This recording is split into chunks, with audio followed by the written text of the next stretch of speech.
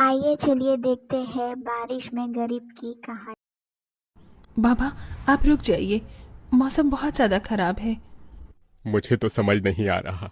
ये दिन पर दिन मौसम खराब होता जा रहा है। अगर ऐसे ही चलता रहा तो मजदूरी नहीं कर पाऊंगा और घर में खाने को एक दाना तक नहीं आ पाएगा। तभी बहुत तेज आंधी तूफान चलता है। अरे देखो जरा देखो, कितनी तेज तूफान चल रहा है। अरे महेश बेटा, तू झोपड़ी के ऊपर तिरपाल तो लगा कर आया था ना? हाँ बाबा, लगा दी थी तिरपाल। और उसके ऊपर तूने ईंटें रखी थी या नहीं? बाबा, ईंट रखना तो मैं भूल गया। महेश के इतना कहते ही झोपड़ी के अंदर बारिश की वजह से पानी टपकना शुरू हो जाता है। हे भगवान महेश, तूने ये क्या किया? तुझे मैंने कहा था बारिश और तूफान तेज है, तुझे ईंटें रख देनी चाहिए थी। मुझे लग रहा है कि तिरपाल उड़ गई। चल चल मेरे साथ चल। अब तुझे मेरे साथ भीगते हुए मेहनत करनी होगी, नहीं तो पूरे घर में पानी ही पानी भर जाएगा।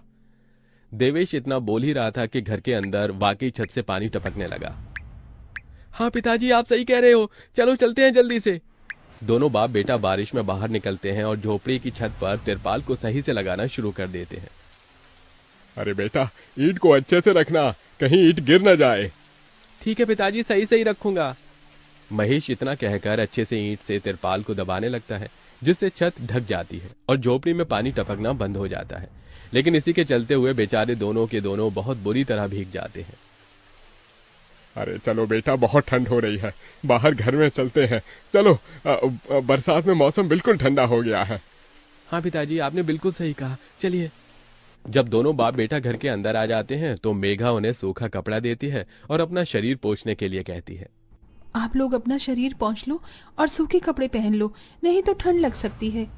मेघा के दिए हुए कपड़े दोनों पहन लेते हैं। तभी बीमार शकुंतला बिस्तर पर पड़ी हुई मेघा से कहती है।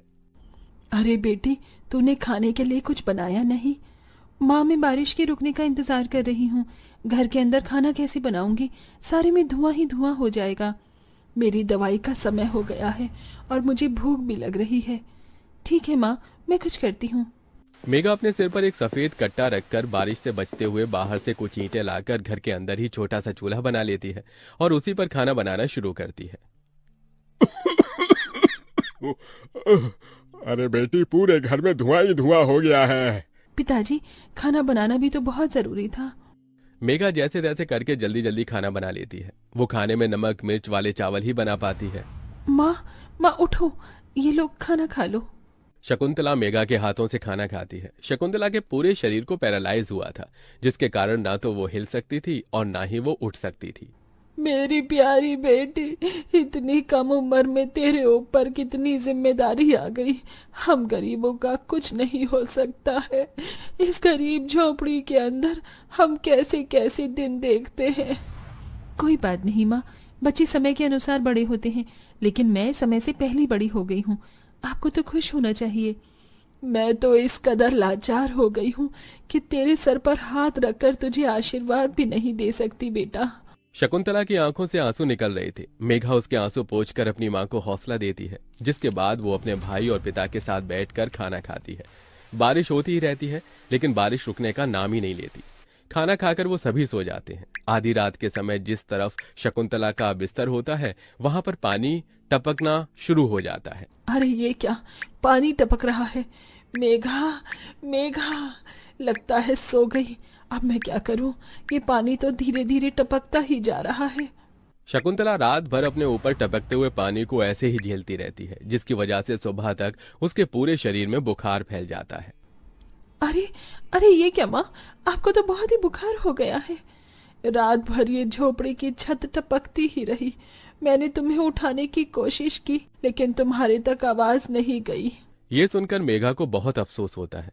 वो सूखे कपड़ों पर अपनी मां को सहारा लगाकर लिटा देती है और उनके कपड़े भी बदल देती है। लेकिन तभी अचानक से गांव में बाढ़ आ जाती है। अरे अरे ये क्या हो, यहाँ तो पानी भर रहा है। अरे लगता है गांव में बाढ़ आ गई है। अरे हम लोग क्या करें? अरे बेटा महेश, अरे भाई, अपनी माँ को कंधे पर उठा, नहीं तो हम सभी बह जाएंगे। अरे पानी में कोई जुगाड़ करता हूँ बेटा। देवेश फौरन घर के बाहर जाता है। जहां वो आसपास देखता है, उसे एक रेडी दिखाई देती है। देवेश उसे लेकर आता है, जिस पर शकुंतला को लिटा देता है। अरे चारों तरफ पानी ही पानी हो रहा है, हमें अब यहाँ से जाना होगा, नहीं तो पानी में हम डूब जाएंगे। तभी अचानक से उनकी झोपड़ी पानी में डूबकर बह जाती है। हमारी